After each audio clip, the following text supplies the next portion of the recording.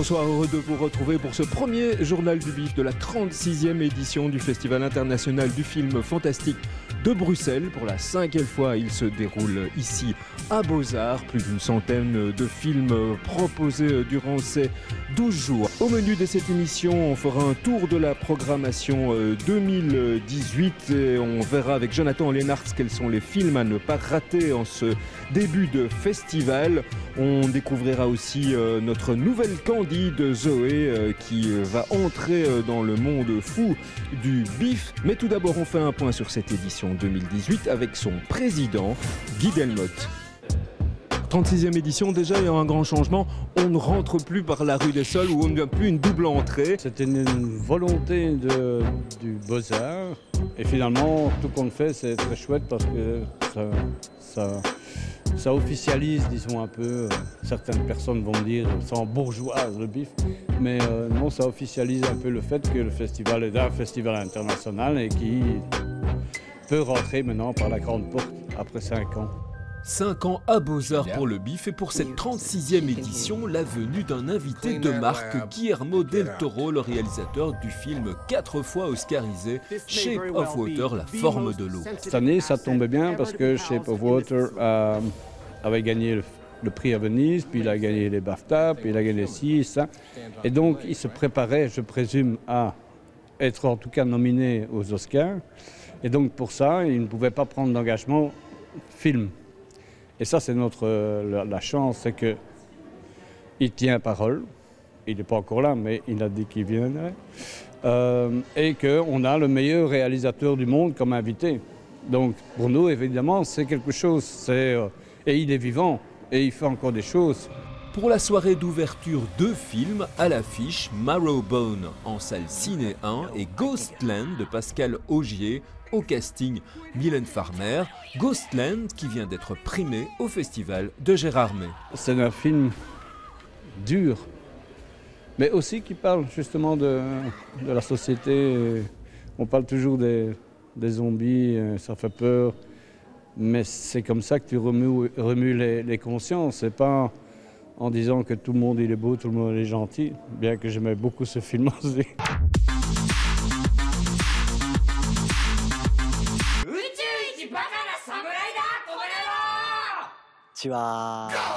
À nouveau, plus d'une centaine de films proposés lors de cette cuvée 2018 et on commence le mercredi 4 dès 14 h avec Gintama, une adaptation d'un manga où se font face extraterrestres et samouraïs.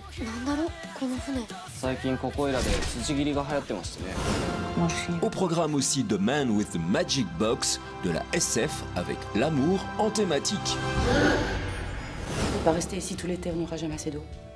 Le premier qui s'en prend à elle, je le tue. Le jeudi 5 en salle Ciné 3, on pourra voir le film belge Ex Funeris d'Alexandre Drouet, ambiance post-apocalyptique au menu. Le vendredi 6, si vous ne savez pas comment aborder les filles en soirée, mode d'emploi style flashback période punk 77 avec How to Talk to Girls at Parties avec Nicole Kidman au casting. Toujours le 6, toujours un environnement rock avec Dead Ant, des métalleux face à des araignées géantes, ça devrait le faire.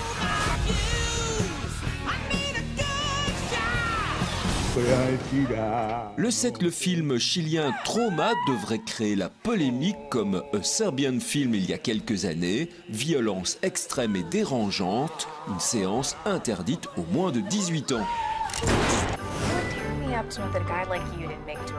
Le 8, Mercy Christmas, met déjà en appétit dans le style Massacre à la tronçonneuse. These people, they were born rich, so they think no one else is good enough. He's a gold digger. I'd like to strangle that woman with my bare. Toujours le 8, un casting de rêve pour le film Crooked House, une adaptation d'un roman d'Agatha Christie, Glenn Close, Gillian Anderson et Terence Stamp. I'd say we're doing another murder, don't you think? There's lots of ruthlessness. Le 10, Dominic Hartel, auteur du fameux Attack of the Lederhosen Zombies, est de retour avec Party Hard, Die Young, un slasher dans un environnement paradisiaque.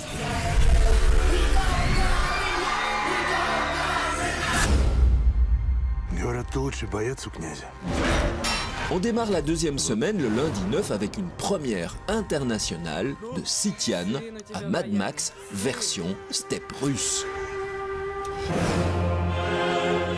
Le jeudi 12, signalons qu'on pourra revoir Chronos, signé par l'invité de marque du festival Guillermo del Toro, un film primé au bif en 1994. Le vendredi 13, tiens, pourquoi ne pas enchaîner Cold Skin de l'espagnol Xavier Gens, un thriller glaçant, et Bahubali 2, la première partie de cette fresque bollywoodienne, est devenue culte au bif.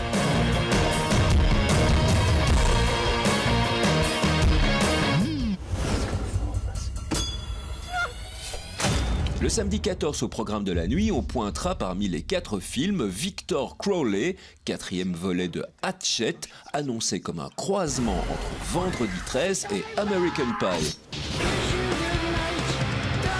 Toujours le 14, on attend beaucoup du volume 2 de Return to Nukem High, signé Lloyd Kaufman, le patron des films Trauma, qui sera cette année président du jury international. Le festival se clôturera le dimanche 15 avec The Gringo, une comédie noire et plutôt sanglante.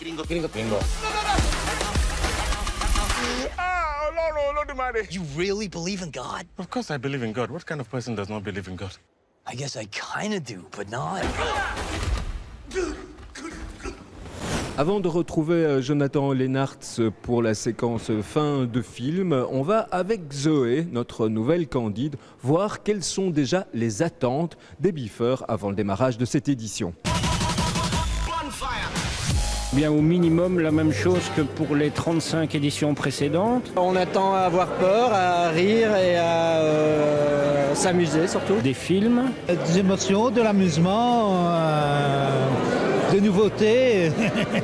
Des bons films, ça peut arriver. Le bal des vampires qui va se passer au Beaux-Arts. Quand on participe au bif depuis 35 ans, tu crois qu'on ne l'attend pas? J'attends d'avoir peur en fait. De bons films. Tout simplement. C'est l'occasion de voir des choses qui sortent pas toujours en salle. J'aime bien un peu de tout, des trailers, aussi le fantastique aussi. La masterclass de Guillermo del Toro. Qu'est-ce que vous aimez particulièrement au bif? L'ambiance des séances. J'adore l'ambiance, les à côté du film. L'ambiance dans la salle qui est unique au monde. C'est l'ambiance extraordinaire. L'ambiance surtout. L'ambiance quoi, dans la salle, tout le monde s'entend bien. L'ambiance. Il y a quand même de très très bonnes sélections. Ces chiffres qui tombent, ces Oscarisés qui viennent, toutes ces avant-premières qu'on va pouvoir déguster. On s'amuse et qu'on se prend pas la tête, c'est un peu le carnaval en fait. Ça tourne. Oui. Un peu plus par là, Freddy. Merci. Un micro que Pierre a tenu en sa main. Oui. Je ne sais plus lever la main, mais du coup.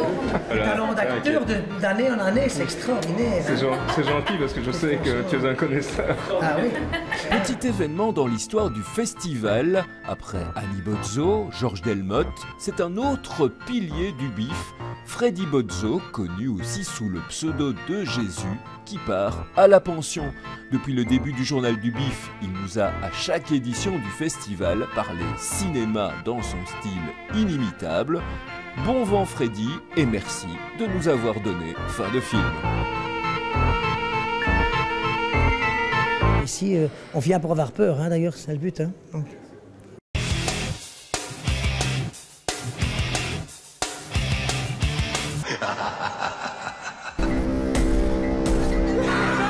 C'est un film d'Emilio Portes dans le cadre de notre focus mexicain et l'histoire en fait elle est très très simple. C'est Jésus qui décide de revenir sur terre. Il avait déjà essayé il y a 1000 ans, c'était à l'époque des croisades et il s'avère que notre ami Belzébuth s'était arrangé avec le pape pour se débarrasser de l'enfant et donc il revient maintenant en l'an 2000 au Mexique et forcément Belzébuth est de retour et il se dit que le petit Jésus hors de question qu'il revienne. Belzébuth est quand même, par rapport à Pastorella, il est plus sombre. Ça n'empêche que Portes garde sa touche d'humour noir. En plus, le sujet s'y prête parfaitement parce qu'on sait que le Mexique reste quand même un pays très religieux. Donc voilà, s'il peut mettre un petit peu de vin dans l'eau bénite, il n'hésitera pas à le faire. Så længe jeg kan huske, har vi længtes tilbage til dengang jorden var grøn og fuld af liv. Og der var ferskvand nok til alle. Man Divided de Max Kestner, c'est une des très grosses surprises du festival. Donc c'est un film scandinave avec une thématique qui est juste hallucinante. Hein. Donc l'histoire se déroule en 2095, époque où il n'y a plus d'eau, tout simplement. Donc c'est clairement le bousin total dans le monde. Hein. On est juste en train d'attendre de crever. Mais on a certains scientifiques qui ont trouvé une manière de revenir dans le temps afin de récupérer une certaine formule qui pourrait permettre de retrouver de l'eau. Forcément, donc, on envoie des agents dans le passé et ces agents deviennent en fait des migrants temporels parce que qu'est-ce qui se passe? Ils arrivent à notre époque, ils découvrent les fruits, ils découvrent les arbres, la nature, l'odeur des vergers, etc., etc. Donc forcément, ils n'ont pas nécessairement envie de revenir. Et le problème, c'est qu'en restant en fait dans le passé, ils sont en train d'altérer le futur. C'est l'histoire de Vidar qui est un jeune puceau de 33 ans, les seuls contacts qu'il a eu avec le sexe opposé, encore c'est peut-être juste la traite des vaches et les playboys qui cachaient sous son lit. Et donc à un moment donné, il décide de se tourner vers l'église, vers Dieu, et il prie pour que tout ça change. Et Jésus va répondre à ses attentes parce que Jésus est un vampire. Hein, buvez, ceci est mon sang, je pense que ça prouve que voilà, notre ami Jésus allait dans l'ongle.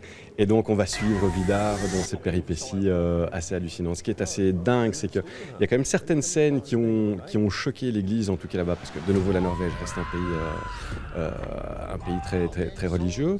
Mais plus que dans l'idée de choquer, Vidar the Vampire est vraiment une sorte de conte, peut-être un petit peu amoral et caustique, mais sur la solitude tout simplement. Et c'est fait avec une touche mais hallucinante. Donc franchement, c'est encore un des films qui vaut la peine au festival.